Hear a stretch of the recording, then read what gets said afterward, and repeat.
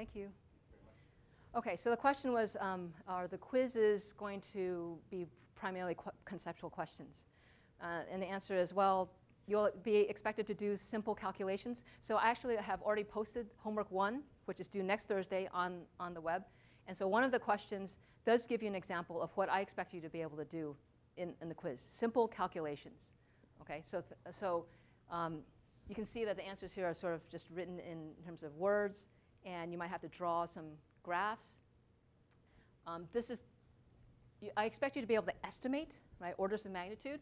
So like here, 10 to the minus 19 times 10 to the 16, 1 over that.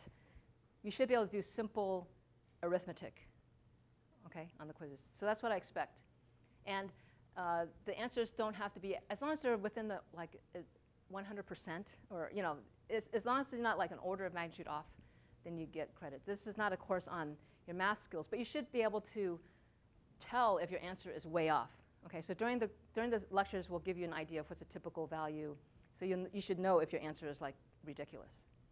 Okay, that's a fair question. Yeah, so most of the time, you should not be concerned about making too many calculations during the exams. So you do not need a calculator. In fact, in the past, when I've asked the students, do you want me to just allow you to use a calculator and give you more calculations on the exams, everybody said no. Well, not everybody, but the overwhelming response was no, we don't want a calculator, and we want closed book exams. So that's based on the feedback from prior students. Okay. Okay, so let me go through this. So miscellaneous, if any of you need some special accommodations, like if the exams are held on days that are in conflict with you, please let me know in advance so we can plan it. There's, of course, the standard academic honesty policy, which I will follow strictly. Basically, we prefer to have people really learn the material rather than rely on other ways to get good grades in this class. So I will always try to arrive on time because my office is just like right down the hall. But from now on, if you can bring your own copy of the lecture notes, because actually all of the lecture notes for the entire semester are already available online for you to download, so you can print them in advance. I might update some of the images or the figures, but the content, the technical content will stay the same. Hopefully we won't have distractions from electronic devices. And if you have any questions, please ask me during the class so we can involve everybody in your discussions. So one thing that's new since the last semester when I taught this class is this, the honor code. How many of our Berkeley students, the undergrads, are familiar with the honor code? Only 2? Come on, really? Did you not realize that now the students decided to come up with an honor code? This happened last May. Did you all leave or busy with finals? Okay. How about the graduate students here? Have any of you come from an undergraduate institution where there was an honor code? Okay. Can you explain what that meant?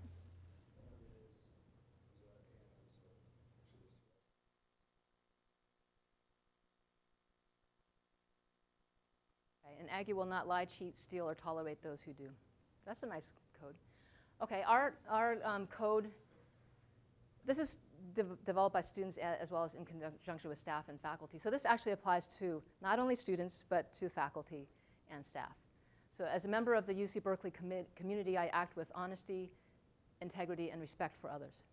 So this academic dishonesty policy and etiquette is consistent with that. So the question I have for you is, okay, so this comes back. So the undergrad institution that I went to had an honor code. And what that meant was that the students were expected to abide by the code, and they expected the professors to trust them. So what that meant was that none of the exams were proctored. Okay?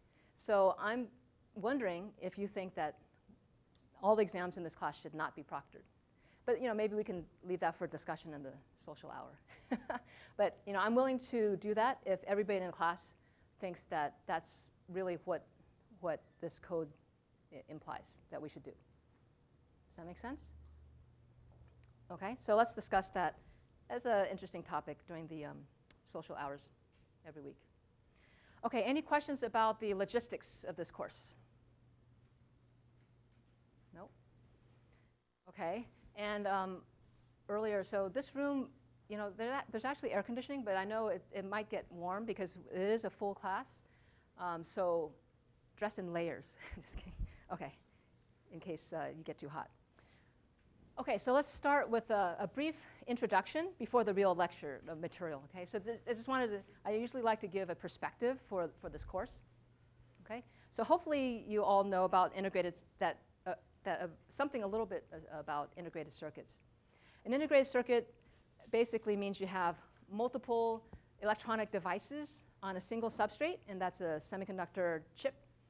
And they're all interconnected together to perform some useful functions. Okay? So the very first integrated circuit was demonstrated by Jack Kilby, who won a Nobel Prize for that work. And it was actually demonstrated using germanium as the semiconductor material. So there was a transistor and some resistors on a piece of germanium, this unattractive thing, and then all the wires, but all the wires were not integrated onto that same substrate of germanium. And that integrated circuit was about a thumbnail in size. So soon after that, Robert Noyce, who then was at Fairchild Semiconductor, demonstrated an integrated circuit using silicon as the semiconductor material. And again, there's a transistor and some resistors, but there are also, in this case, wires. So these shiny lines are the wires that interconnect those components to make it a useful circuit. Does anybody recognize the name Noyce? And what is he known for? Intel, yes. He co-founded Intel with somebody else. Who was that somebody else? Bob. No, Gordon. But yes, Gordon Moore. So in the first homework assignment, you know, I haven't covered that much. So I'm asking you to read Gordon Moore's first paper, original paper, that led to, you know, Moore's law. That's on B-space. And then another presentation that Gordon Moore gave about 10 years ago. So in other words, decades after his initial 1965 paper, you also have to go through that to do your first homework assignment. So the first integrated circuits in the late 1950s, basically the industry was able to advance the technology a little bit every year. And so you can have more and more components manufactured with reasonable yield. I mean, so you can get them working on a chip. And this has steadily gone for at this pace of advancement. Basically, this pace of advancement has been sustained for over 4 decades. So Moore's law today is broadly refers to the rule that the number of transistors on an integrated circuit chip doubles every 2 years or so. And the chip price, the cost of that manufacturing a chip is about the same, doesn't change much. And so this chart, I know you can't read it in detail, but it's basically a plot of the number of transistors on a chip, and this is a log scale. So each increment is a factor of 10 with time. So the only thing I wanted you to see is that basically we're still staying on this trend, you know, decades after Moore made his first observation, and that there's no sign of slowing down for a while. Yes, Louis. When do I think it's going to stop? Okay, so there's 2 things. I think Gordon Moore himself said, you know, Moore's law started like in the 70s. I mean, it was an observation, and then the industry started to pay attention to this, and they realized that they were indeed making exponential increases in number of transistors per chip over time. And then in the end, the industry set that as a benchmark for themselves. Right? So it became a self-fulfilling like prophecy kind of a thing, because basically industry said, okay, we need to advance the technology this much in order to double the number of transistors on chip in 2 years. So basically that's how it ended up being a law, but it's more like that's just the roadmap that the industry set for itself. So there is something called the International Technology Roadmap for Semiconductors, ITRS for short. That's updated every 2 years and is available online. Maybe I can add a link to that on the class website. Basically, that roadmap always paints like, okay, how small do the transistors have to get every year? And it always goes out 15 years. Okay, so when I was a student, it went out to 1990s, or mid-1990s. Today, it goes out to the year, close beyond 2025. So Interestingly, I was just at a research center meeting yesterday, and we asked industry participants, okay, how long do you think Moore's law is going to last? How long do you think silicon technology will continue to advance at the same pace? And they basically said, they all agreed, even Intel, at least 15 more years. But you might wonder, okay, your career's, okay, in 15 years, you're still going to be young and energetic, and you're still going to be working, right? All that means is that maybe transistor scaling and packing more transistors on chip, that might eventually slow down. It will still continue, but it just might become so expensive that the rate at which you advance the technology will be slower. We'll find other ways to enhance the performance or lower the cost per function. So that just means that there'll be other ways. So as an example, the industry, the display industry, making these flat panel displays, like now even for TVs that are really nice and thin, that industry, they have one transistor per pixel, per picture element. Okay, so that's an example of a integrated circuit in technology or industry where they don't shrink the size of the transistor with each generation of technology. Instead, they actually grow the size of the chip with each generation of technology, right? So to sell more and more products. So, and they come up with ways to make the manufacturing process even cheaper so that your TVs can be more and more affordable every year. Right? So same thing for the semiconductor integrated circuits. Maybe in the future, they'll come up with different ways to lower the cost per function. Rather than making transistors smaller so you get more per unit area, you might have to come up with cheaper ways to make transistors, this kind of thing. So there'll be plenty of jobs, opportunities, and certainly silicon integrated circuits, people will always come up with new applications for them. So even if the technology doesn't advance so quickly, people will still be able to develop new products and design them and sell them. You'll still have plenty of jobs if you study this field, right? If you work in this field. Okay, the most advanced integrated circuits technology today is at about the 20 nanometers minimum feature size. This is just an example. So integrated circuits are fabricated on wafers, single crystalline wafers of silicon. So I brought an example of one here. You might want to take a close look at the edge to see that there's something missing at the edge. But anyway, so that's an example of a wafer. It's less than 1 millimeter thick. The diameter used in the most advanced fabs, fabrication facilities, are 12 inches in diameter. Okay, and they can hold hundreds, if not thousands, of integrated circuit chips that are depending on the size of the chip. So this is just an example of a microprocessor chip that Intel manufactures. Okay, so this is another way to look at the impact of Moore's law. It's not, transistors, number of transistors per chip. The average person, if you go out and tell them about that, it doesn't mean too much to them. But if you show them a chart like this, okay, how about the number of computing devices that has been sold because they're affordable over time. So again, this is a log scale, right, showing exponential growth per decade in the number of computing devices in the world. And you can see with each decade, you have emergence of some major new thing like the personal computer or desktop internet, or nowadays we're in the age of the mobile internet. So the number of devices is growing exponentially. So in the future, we expect within the next couple of decades, trillions of devices, computing devices in the world. So they'll be pretty much embedded in us, in our environment, and so on. And they have a lot more functionality than just computation, right? So maybe we'll touch upon some of the other functions of semiconductor devices throughout the course of the semester. Okay? And this has all been enabled by this virtuous cycle of shrinking down the size of the transistor to, it turns out, integrated circuits operate faster when the transistors are smaller, and we'll go over that and the reason for that. And it turns out to be lower cost per transistor, therefore lower cost per function. And that allows new products to be designed and sold, because people can afford them, and people make money. Companies make money. They invest some of that profit back to advance the technology to scale and shrink things more. And so today, as I mentioned, it's about 22 nanometer minimum feature size, and it's only going to continue at least for another 15 years or so. So how small is a nanometer? Well, this is just a log scale, just showing you like some examples of things in nature that are small. So DNA is on the order of 1 nanometer. And so there are biochips, or it's biodetectors or biosensors, biomolecular chips that are made using the same manufacturing techniques used to make integrated circuits to basically sort DNA or to detect certain strands of sequences of DNA. So a transistor is on the order of a couple tens of nanometers.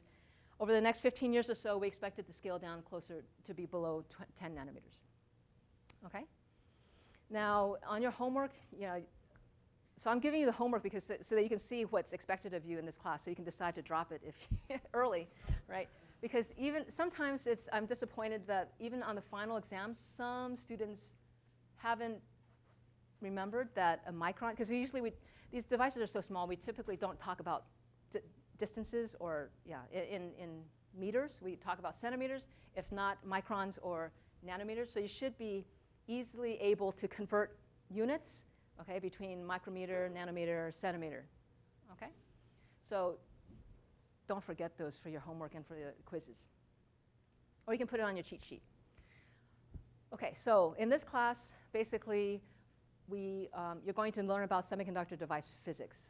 Okay, so it's not really high level. It's more like digging down deep, understanding what's going on with electrons and atoms inside the semiconductor.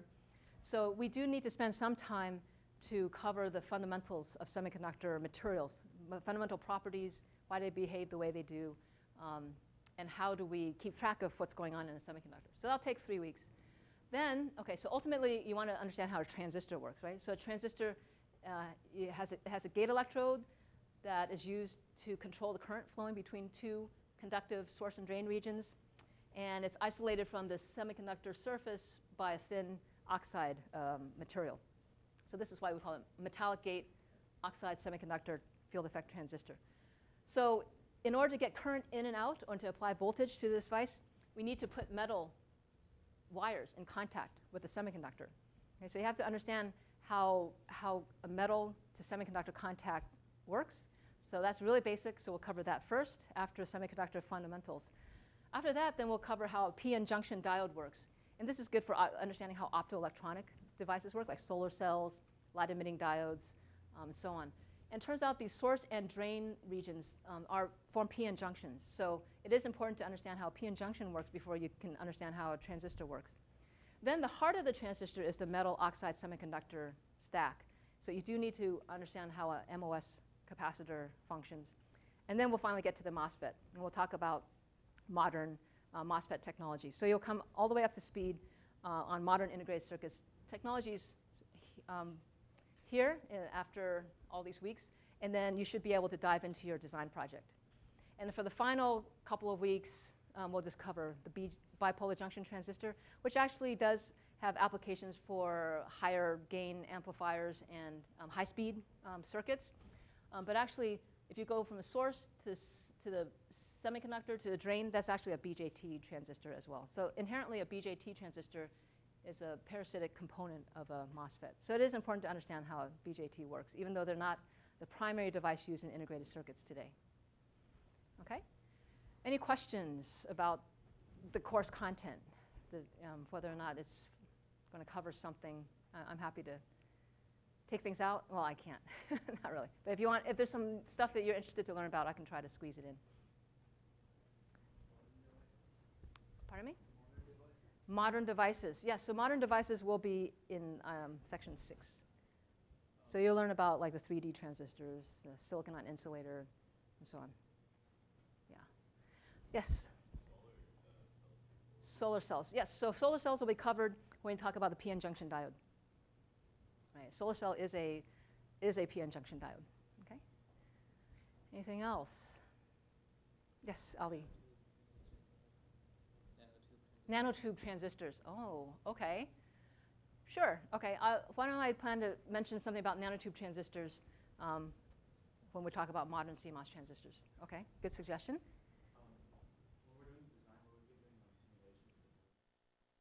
Yes. So the design project involves running a computer simulation program, as industry standard software. So you will have to get an instructional account.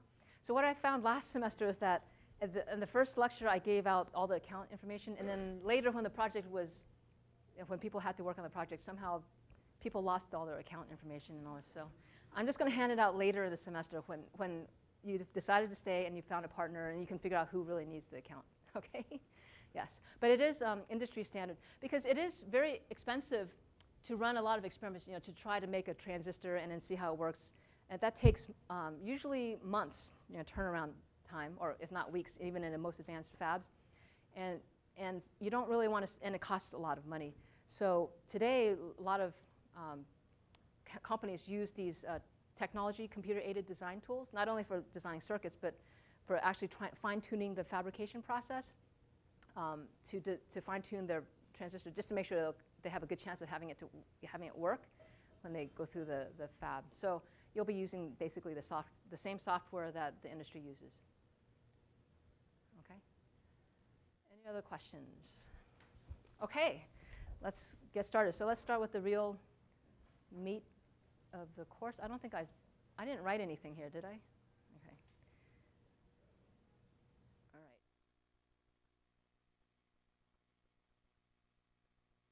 All right. Okay, so let's start with the lecture. So I don't really write very well on the screen, just to let people who are watching this on webcast know.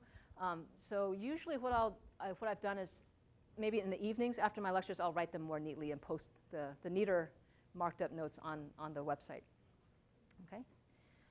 All right, so today let's just, if you want to stretch, that's fine. But today let's just cover some really basic, start covering the semiconductor fundamentals. Just understanding why silicon or semiconductor materials actually are semiconducting. Okay. So the first thing is just to make sure that you have handy these fundamental constants, the values of these fundamental constants. So electronic charge, so that's the charge, the magnitude of the charge on an electron. So in this class, you don't really need to keep track of more than a couple of digits of accuracy. Okay.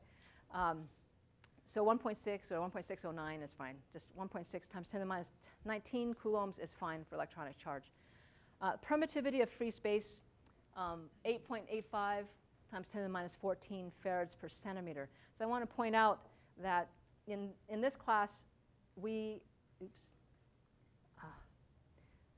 actually generally will talk about volumes or dimensions in centimeters.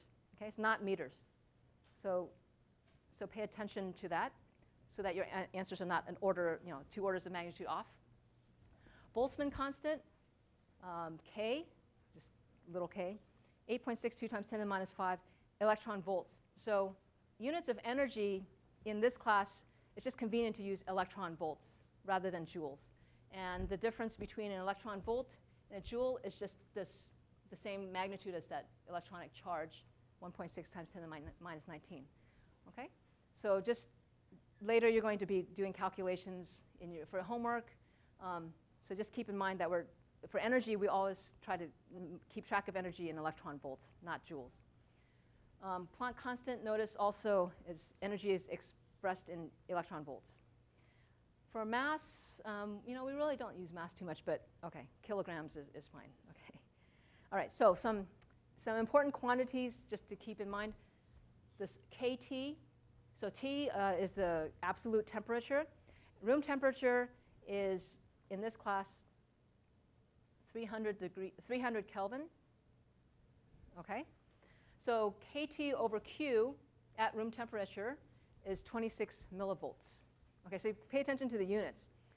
kT is 26 millielectron volts. And if you divide by Q, that becomes 26 millivolts. Okay? So this is something that I expect you to remember for your quiz, because to do calculations very quickly, you'll see in a couple of weeks why. Okay? And another thing that's very useful to know is that kT times the natural log of 10, because we do a lot of humans, we like to plot things on log scales, orders of magnitude. That's base 10, but a lot of physical phenomena happen with exponential factors. So we need to often convert from log base 10 to natural exponential. So kT times the natural log of 10 is often used. So keep in mind, kT times the natural log of 10 is 60 millielectron volts at room temperature. Okay, so what is kT over Q times the natural log of 10? 60 millivolts, that's right, okay? All right, so those are just up front, so you know, I just want to make it handy so you know there's one slide that contains all the values of those important constants. Okay, so let's get started. So what is a semiconductor?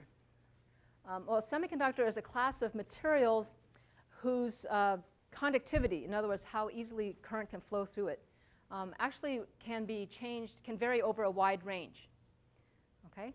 So in nature, if you look at all the materials in nature, there are classes of materials that are very conductive to electricity. They have what we call low resistivity. We'll cover resistivity in a couple of weeks. But resistivity is a measure of how resistant a material is to electrical current conduction. So if you have low resistivity, then the material is considered to be a conductor, a good conductor. So let's talk about resistivity. Typically in the range 10 to the -5 to 10 to the -6 ohm centimeters. So later we'll give you a formula for resistivity. But this is just to give you an idea of the wide range of conductivities of materials in nature. So that's for a good conductor. So a good conductor used in integrated circuits, does anybody want to guess what kind of good conductors we use in integrated circuits today? Aluminum, that's right. That was the most popular one, and in the recent 15 years or so, we've moved to another even more conductive material than aluminum, copper. That's right. So copper is the most common. It's used for most of the layers in the most advanced integrated circuits today. But aluminum actually is still used for some layers. Okay, so you have so many transistors packed into a small area. You need many layers of metal to interconnect them all. Some of those layers are aluminum, but most of them are copper today. Okay. Now, on the other end of the conductivity spectrum, or resistivity spectrum, is an insulator, just to give you an idea.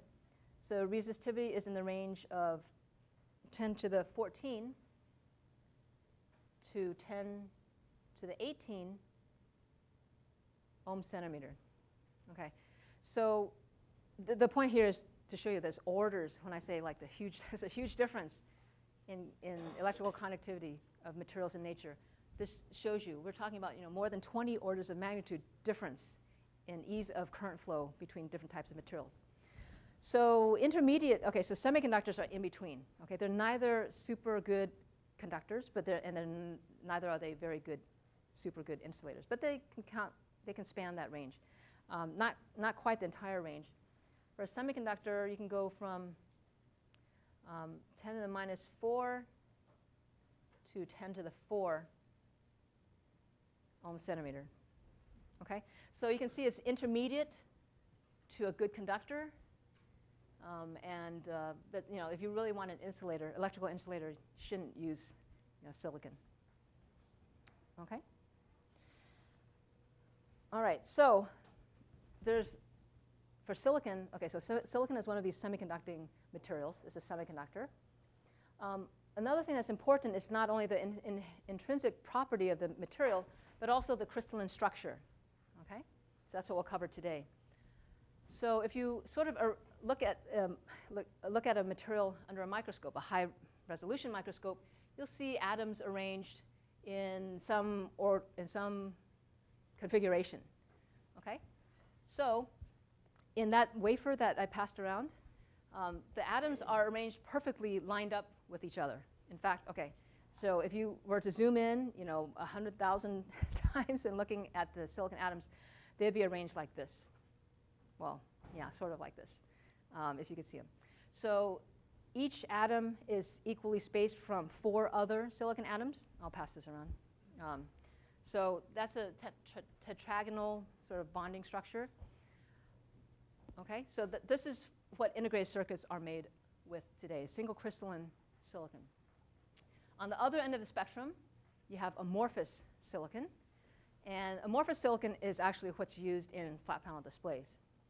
Okay, so when I said that there was 1 transistor per picture element in a flat panel display controlling the brightness, those transistors are made with thin films of silicon coated onto the surface of a piece of glass.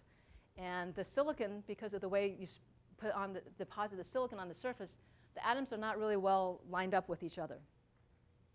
Okay, but it's easier to put down a thin film of silicon if they're not lined, if the atoms don't have to be lined up with each other. It's faster, cheaper. And flat panel displays, it has to be really cheap. I mean, you don't want to pay more than what, $100 for a display. So that means the fabrication process has to be really cheap. So you want to deposit really quickly and not worry about lining up one atom to another. You can get away with an amorphous material. And a polycrystalline material is something in between. It's neither perfectly crystalline nor amorphous. There is some order. So atoms are locally lined up with each other, but not all across the crystal. Okay, so there's some regions where atoms are lined up with each other, but they're not really lined up with atoms in other regions. Okay, so that's polycrystalline. So the higher performance, slightly more expensive displays may be used for smaller, like handheld devices. Sometimes use polycrystalline silicon for these thin film transistors. Okay, so why are there these differences? So first of all, for integrated circuits, you have to operate them at high speed. For a flat panel display, a transistor only has to turn on like within a microsecond, or okay, let's say nanoseconds. So very short period. That's not that fast. For an integrated circuit chip, how fast do you think they have to turn on and off? Clock speeds, gigahertz, that's a clock speed, but the transistors operate much faster than the clock speed. So talking about like less than a picosecond, electrons have to move around and turn on and off a transistor within a picosecond. For thin film, flat panel displays, even up to a microsecond might be good enough. So in other words, electrons don't have to move around so fast for displays, so that's why you can afford to make really cheap transistors. So let's do an example. So let's say, okay, so the reason why it's not easy, why is there a difference in cost? So does anybody know, have you learned how a single crystalline wafer is made? You'll learn this in EE 143 if you take that class. Pardon me? Evaporation. Okay, so if you evaporate, let's say if you have a chunk of silicon, you heat it up and let it evaporate and let's say evaporate onto the surface of another wafer. That will give you either amorphous or polycrystalline material. This wafer was cut from an ingot. Let's just, yeah, they're cylindrical. Okay, so basically you start with a tiny seed of single crystalline silicon, which is up here, and you dip it into a molten bath of silicon, and you slowly pull it out. So it cools, and as it cools, the silicon solidifies, and you pull it out of the molten bath that's like being spun around for uniformity. You pull it out slowly, and you end up with ingots that are cylindrical like this. And the ingots, of course, are in diameter today as large as 12, slightly more than 12 inches in diameter. And then you slice them into pieces. But basically, you have this one huge single crystalline silicon ingot from which you cut slices, and all the atoms are lined up precisely with each other. Okay? That takes a lot of time, and it's more expensive. So a bare wafer without any integrated circuits formed on it is several $100s. Okay? Now, evaporation, you don't bother to line up one atom here on the substrate over there, because it's like all just sprayed at once. Okay, so there's no way you can guarantee that an atom here eventually will be perfectly lined up with an atom somewhere else. So it's like this. In this room, the chairs are perfectly lined up this morning when I looked. But anyway, so if I asked you to line up the chairs perfectly, in a regular order, you would have to sort of start like with one chair here, line it up, and line up the next, and so on, right? And rather than if I had like 5 people working, okay, please line up each row. Each row probably is not going to be perfectly aligned to the other rows, but it will be aligned within the single row. So that'd be like the polycrystalline example. But which one's faster? If you have one person doing the entire row, the entire room, you get a perfectly aligned set of chairs, but it's going to take longer. It's more expensive, right? So basically, that's the reason why this is cheaper. Amorphous is cheaper compared to crystalline. But for crystalline, okay, so we need crystalline for fast, high-speed circuits. So let's say if I'm like an electron and I want to run through the room, if you're all lined up, then it's easy for me to run. But if you're all like messed up like back there, it's going to be taking me longer to run through the room, right? Same thing. Electrons will move faster, zoom faster through a crystalline lattice if all the atoms are perfectly aligned versus all like haphazardly aligned in an amorphous material. Okay, so there's a trade-off between performance and cost. So in engineering, when you do the design project, you'll learn this, many trade-offs. That's what engineering design is all about. You have to design a system or a device to meet some requirements within some constraints.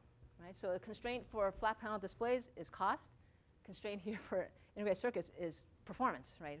So that there's trade-off between, you can't have a low cost, super low cost, and super high performance. Okay, so let's look at the various semiconductor materials that are used in industry today. Okay, the most common semiconductor materials. Okay, so we're looking at a section of the periodic table of elements here. Column 4. Oops. Okay. Column 4 is here. Oops, I can count. Okay. 5 and 6 and 3 and 2. Okay? So these, did I label it wrong? Okay. So what does these numbers represent? 2, 3, 4, 5, 6. Number of valence electrons. Excellent. So the outer shell or a partly filled shell, how many electrons are out there? Very good. Okay. So the nice thing about semiconductors is that they have valence electrons and can easily form bonds with other electrons. Okay. So an example, somebody wanted me to cover carbon nanotubes. So yes, carbon is a semiconductor material, like carbon nanotubes or graphene. Well, actually, a special kind of graphene. Okay. So it turns out that carbon is only a semiconductor material if you make it really small, like a carbon nanotube with a very small diameter, or graphene ribbon, nano ribbon that's very narrow, like 1 nanometer wide. But carbon can be a semiconductor material. The most common semiconductor material is silicon. It is the most common element other than oxygen in our Earth's crust, more cost effective. And then there's also germanium. Like I said, the very first integrated circuit was made, or was demonstrated with germanium as a semiconductor material. Okay, now we can also combine elements to form compound semiconductor materials. So, for example, we can make silicon carbide transistors. So, has anybody heard of silicon carbide? Silicon carbon basically is used for high power or high temperature. Like if you want some electronic devices that can withstand hundreds of degrees Celsius and operate under harsh conditions, silicon carbide is your material. It's more expensive, of course. But this is an example of a compound of common 4 elements. Gallium arsenide is a very common 3,5 semiconductor material that's used for optoelectronic devices. Okay? And we'll talk about that later. How about an alloy? So an example would be silicon germanium. Okay, so the difference between a compound and an alloy. In a compound, you have one silicon atom, let's say in a silicon carbide, one silicon atom for every carbon atom. It is lined up very well in an arranged manner. But for an alloy, they're completely miscible elements, so you don't have to have one germanium atom for every silicon atom. You can have any ratio of germanium to silicon in that material. So silicon germanium is used in the most advanced semiconductor devices today. They're actually used in the source and drain regions of the transistor. And in the future, they might be also used in that middle region controlled by the gate electrode. So silicon germanium is very common. And then for the compound optoelectronic devices, instead of gallium, you could have an alloy of aluminum and gallium. So like this. So rather than just one gallium atom for every arsenic atom, you can have either, some of them can be replaced with aluminum. Okay, so if you have an alloy, you can actually adjust some of the electrical properties of the semiconductor, tune it to. So for example, if we can, during manufacturing, control the percentage of germanium in a silicon germanium material in the source and drain regions of the transistor, we can actually control the lattice constant, the spacing of the atoms, and induce stress in the transistor to enhance performance. Yes, question? Yes, so the alloys are still crystalline. They're grown. So that's a good point. So the average atomic spacing is actually a few percent difference. It could be quite different between the different semiconductors. So if you tried, so that's a constraint. So that limits how thick you can grow these alloys on top of, like if we want to grow silicon germanium on top of silicon, we can't make it too thick because the lattice mismatch eventually will build up so much stress that it will want to leave and form crystalline defects. But yes, in principle, we try to make these single crystalline materials also.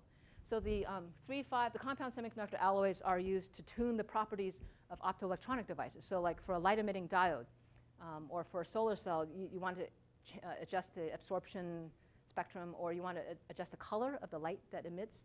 You can change the concentration of these elements. Okay? All right, so let's talk about silicon.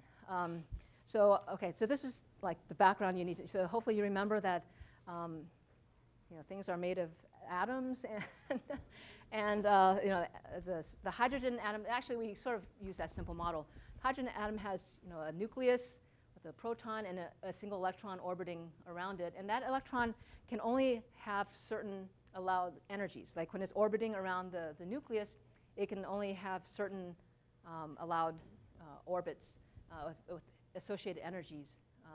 The same thing with any other material like silicon. So silicon actually has, 14 electrons, but 10 of them are actually filling the first two shells, electron shells in the orbits here. So the first two shells are completely filled. The 1s shell is filled with 2 electrons, and then the second shell is filled with 8.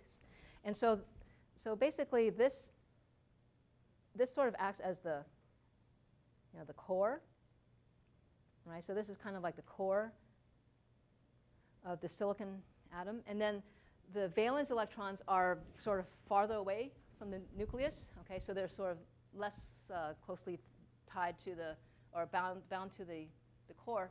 So you have 3, right here.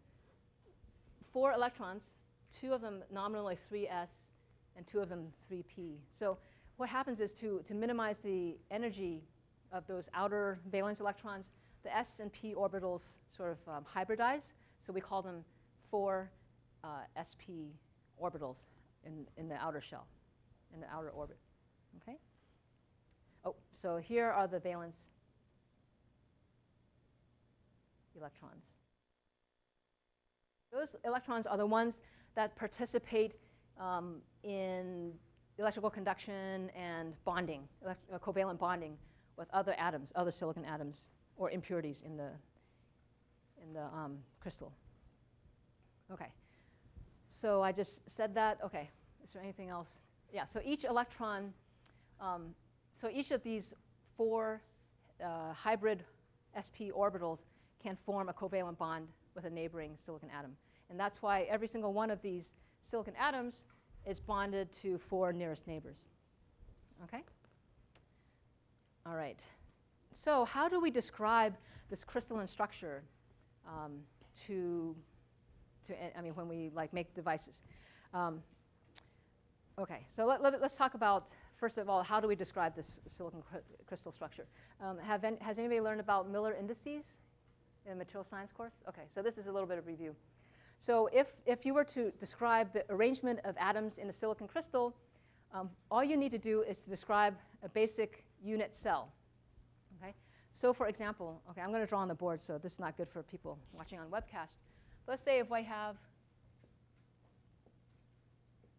some material, the atoms are arranged in a nice cubic, 3-dimensional lattice. So all the atoms are equally spaced from each other, connected to 4 nearest neighbors. This is a 3-dimensional lattice, right? So you have x, y, and z directions. So each atom is connected to, 6 nearest neighbors. Okay, so let's just look at a 2D crystalline structure. Okay, so the atoms are arranged very regularly, like this, in a single crystal.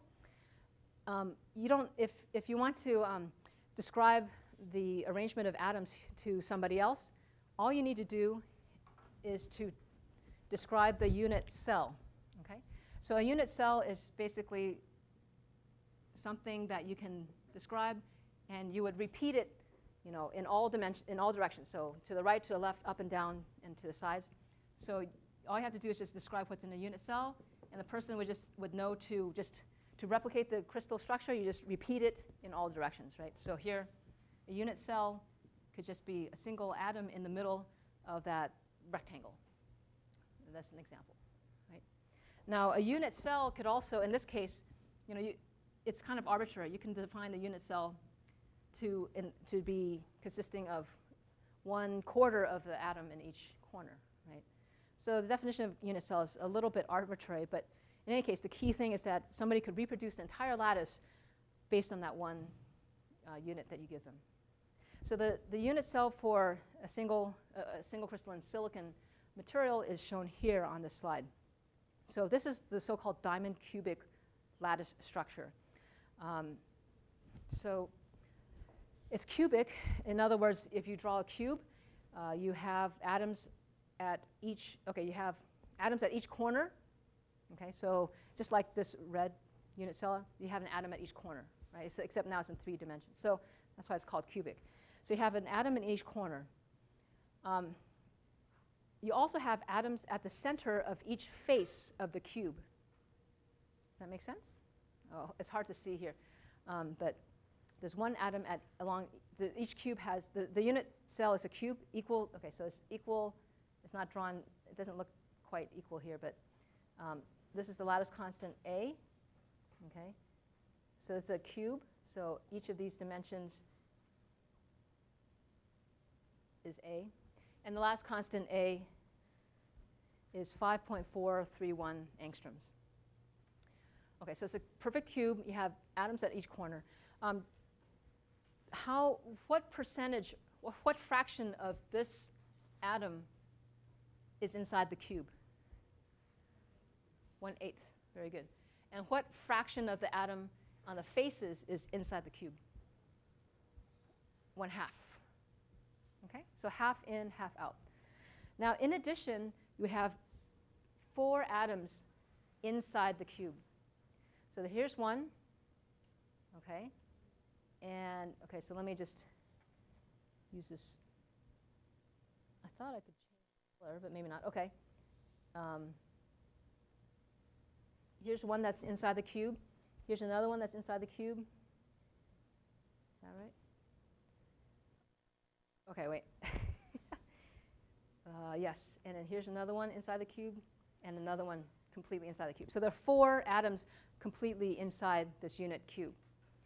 Okay, so remember, just look for a tetrahedron kind of thing. So it turns out that these interior atoms, if you draw a cube diagonal, okay, so if you draw a diagonal from this corner all the way down to this corner, oops, maybe I didn't draw it right. Where is it? Oh, okay, wrong diagonal.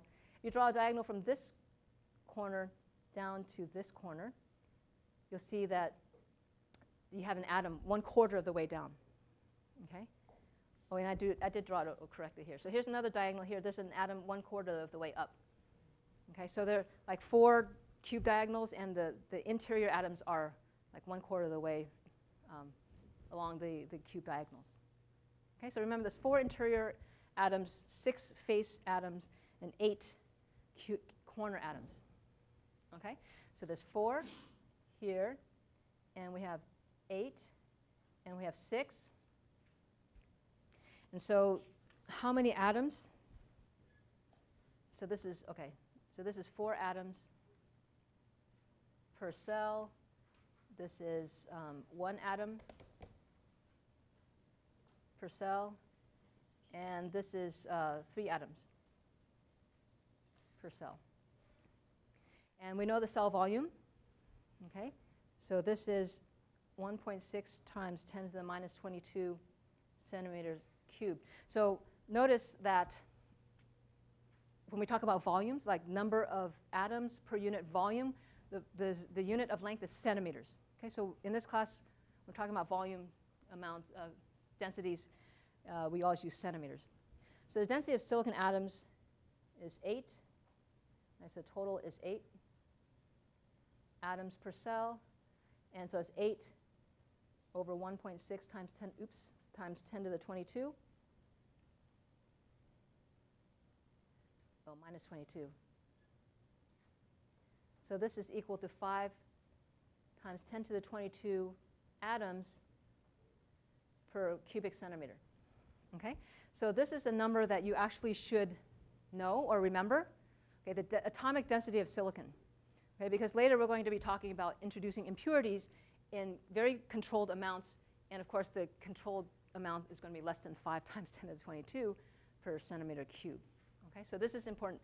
You know, in this class, you slowly have to remember orders of magnitude of various quantities. And this is one. Yes, question? It's atoms per, what is the last 200 you wrote there? Atoms per cell. Per cell. Yes, per unit cell. That's at the very bottom there is the last. Oh, this is per cubic centimeter. Sorry. Yeah, cubic centimeter. Like I said, I'll probably post neater notes online. Okay, so the compound semiconductor devices, like gallium arsenide, they have a similar structure as silicon. They have a similar unit cell. Of course, the atomic, the lattice constant will be slightly larger, because those are larger atoms. But if you look at the arrangement, you can see that every other atom that's connected to each other, that's bonded to each other, is either gallium or arsenide, or arsenic. Right? They're just alternating. Okay? But this is called a zinc blend structure. And I forgot to mention that for silicon, we call it a diamond cubic lattice, because diamond has the same atomic structure. Okay, so finally, let's get to crystallographic notation. So how do we specify which direction electrons are flowing, or which direction we're fabricating devices in the integrated circuit? Okay, so why do we care? Actually, yeah, the question is, why do we care about directions in a crystalline semiconductor? Densities, that's true. Okay, so the atomic densities in different directions is different. That's absolutely true. Yeah, so there are, exactly. So because the atomic density is different in different directions, and the covalent bonds are oriented in different directions, the conduction of electrons is different. The mobility of electrons, how easily electrons move through the crystal, is different in different directions. And so it is important to keep track of which direction your transistors are forcing electrons to flow in the chip. Okay, so did anybody notice something weird about the edge of this wafer? It had a notch, exactly. So the notch here is so that during the fabrication process, when the wafer is inserted into a piece of material to define the orientation, the layout orientation of the transistor, it will orient the wafer exactly right so that the transistor will be laid out in a direction to maximize the mobility of the electrons. Okay, so it is important. Okay, so this is the notation, crystallographic notation. It's pretty simple. It's easiest to illustrate with a simple example. So let's say you're interested to talk to people and specify this particular plane, this particular direction in your single crystalline silicon sample. So all you need to do is to give them a set of 3 numbers, and we call them HKL here. Okay? And these 3 numbers, to get these 3 numbers, you need the x-intercept, the y-intercept, and the z-intercept of that plane. Okay, so let's just write down those numbers. So let's say the x-intercept, the y-intercept, and the z-intercept, if I can write this. Okay. See, that's all you need to let people know like which plane you're talking about in this structure. Okay, in the lattice. So what is the x-intercept here? This is x, y, z. So what is the x-intercept? It doesn't intercept, right? So it's infinite. All right. How about the y-intercept? It's just equal to the lattice constant. All right, let's just assume this is the lattice constant. So we express the intercepts in units of the lattice constant. So this y-intercept is like 1 atomic lattice constant. and z-intercept, infinite. Okay, but notice the definition here of the Miller indices, it's the inverse intercept. So this plane is going to be the, what is it? The 0, 1, 0 plane. Okay? And so you use these parentheses to indicate a specific plane. Now, if you look at the crystalline, the atomic structure, you know, if you turn this cube around, you really can't tell any difference, I mean, in terms of atomic density and the arrangement of bonds between any face. All the faces of the cube have the same atomic arrangement, right? So for electron transport, they're all similar. Same thing, like there are multiple diagonals. You know, conduction is going to be similar in all of those directions. So actually, that's what we call equivalent planes. So if we're talking about a family of equivalent planes, then we use the braces, the Crowley braces. Now, sometimes we care about specific directions within the silicon lattice.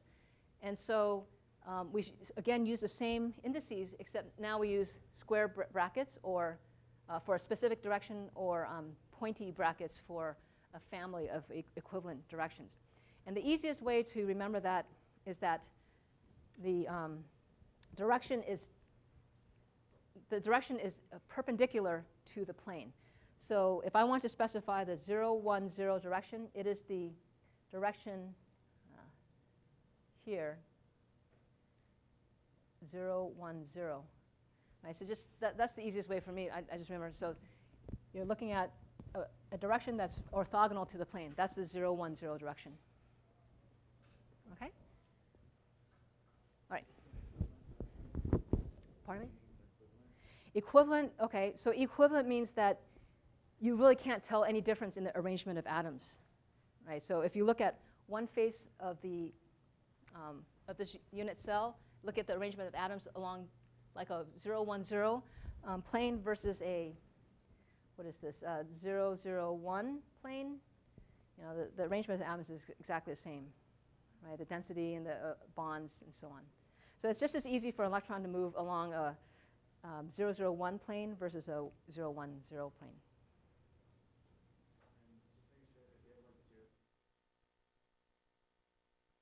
Yes, 0, 2, 0 would be like going, oh, okay, yes, so that's a good question. Okay, so 0, 2, 0 would be like going right down the middle here. But usually, yes, that's true. But usually we don't define so many planes. So the planes that we care about most are shown here on this slide. Okay, a 1, 0, 0, 1, 1, 0, or a 1, 1, 1. And so for the first homework assignment, you'll be asked to figure out, okay, what is the density of atoms along each of these planes, to give you an idea of which plane is it easier for electrons to move in. And I'll tell you that this surface of the silicon is a 100 surface. Okay? And the direction, this notch indicates a 110 family of directions. Okay, so anyway, there are reasons for that. Okay? And so in the old days when we had small wafers to make integrated circuit chips, we just had a flat to indicate the direction. So the silicon crystal is grown so that each wafer has a surface of 100, and then we care about the direction that we make the transistors in. So we want to indicate the 0, 1, 1 direction. And today, now if you cut a flat into a large wafer, you actually are wasting silicon. You can make a lot of dies there. So that to save area, to make more chips per wafer, they just change to a notch. Okay? So the way you make integrated circuits is that you take a wafer and you stick it into a process chamber or some kind of a lithography tool. The first thing they do is they rotate the wafer around to orient it to go in, to define the features. And what they do is they have like a little laser at the edge, and then when the laser passes through to the detector, then it stops rotating. Right? That's how they orient these wafers. Okay, to make sure that everything's lined up. So there used to be an applet that was available online, so you can actually grab with a mouse, this cute unit cell and play it and move it around, just so you can see the different, look at the unit cell in different directions. And unfortunately, that seems to not be available anymore. But anyway, these are views, in different directions. Okay. So generally, a plane with lower density of atoms will make it easier for electrons to flow through. Okay? And all right. Okay, so let's talk about the final thing, and then we'll continue next time. So what makes silicon a semiconductor? Well, if it's pure, it's perfectly crystalline and no defects, it's pretty resistant to current flow. Not that many electrons that are free to move around naturally in silicon. There's two types of mobile charge in silicon to conduct current. So current is just charge moving per unit, like how many charges cross per unit area, a certain location. So you have conduction electrons. So electrons that escape from the covalent bonds, they can move around freely in the lattice to conduct electricity. And if you have an electron that escapes from a covalent bond, that means you have a half-filled covalent bond somewhere. That means you have some positive charge associated with that half-filled covalent bond. And that half-filled covalent bond can actually move around. And that can be mobile. So those are the two types of mobile charges, okay, in a semiconductor. You have negatively charged electrons and positively charged holes. And the way that you can change the resistivity of a semiconductor device is by changing the temperature, okay, to make it easier for electrons to escape a covalent bond, so there's a lot of electrons and holes around to conduct current. Or you can add impurities called dopants, and we'll talk about that next time. Or you can apply an electric field.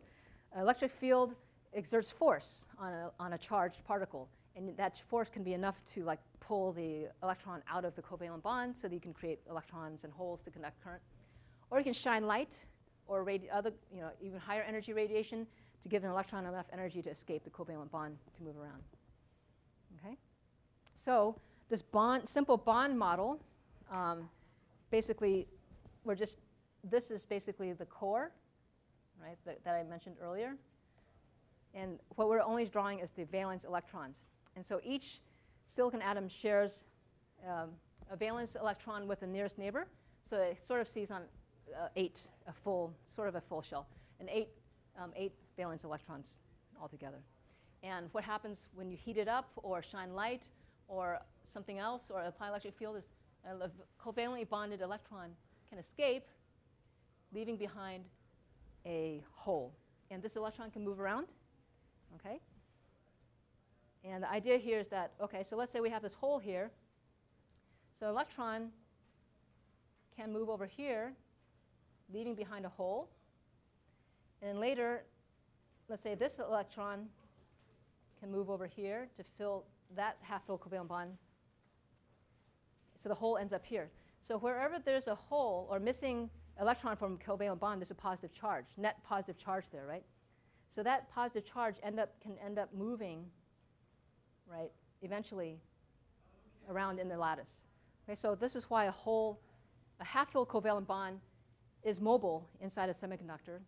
And that's why we can keep track of it as a mobile mobile positive charge. Does that make sense? Okay. Okay, and so how many electrons and holes naturally exist in a semiconductor? Well, in a pure semiconductor, every time you free an electron from a covalent bond, you leave behind a hole. So the number of electrons and holes has to equal each other in a pure semiconductor. And the likelihood that an electron can escape a covalent bond increases exponentially as you heat it up. So here's a plot of the intrinsic hole and electron concentration as a function of temperature. And you can see it increases exponentially as you increase the temperature. And the thing you need to remember just from one key number, at 300 Kelvin, that's room temperature, the intrinsic concentration of electrons is equal to the intrinsic concentration of holes. This is n sub I, and that's 10 to the 10. So that's a nice round number to remember, okay, at room temperature. And so this is just definition of terms. N is the concentration of negatively charged mobile carriers, that's electrons. P is the concentration of positively charged mobile carriers, holes. And if it's a pure semiconductor, it's always equal to Ni, the intrinsic carrier concentration. Okay, so that's just terminology. And that's it. So summary slides just summarize what I said. All right, so I look forward to seeing you on Tuesday. Have a good Memorial Day or Labor Day holiday.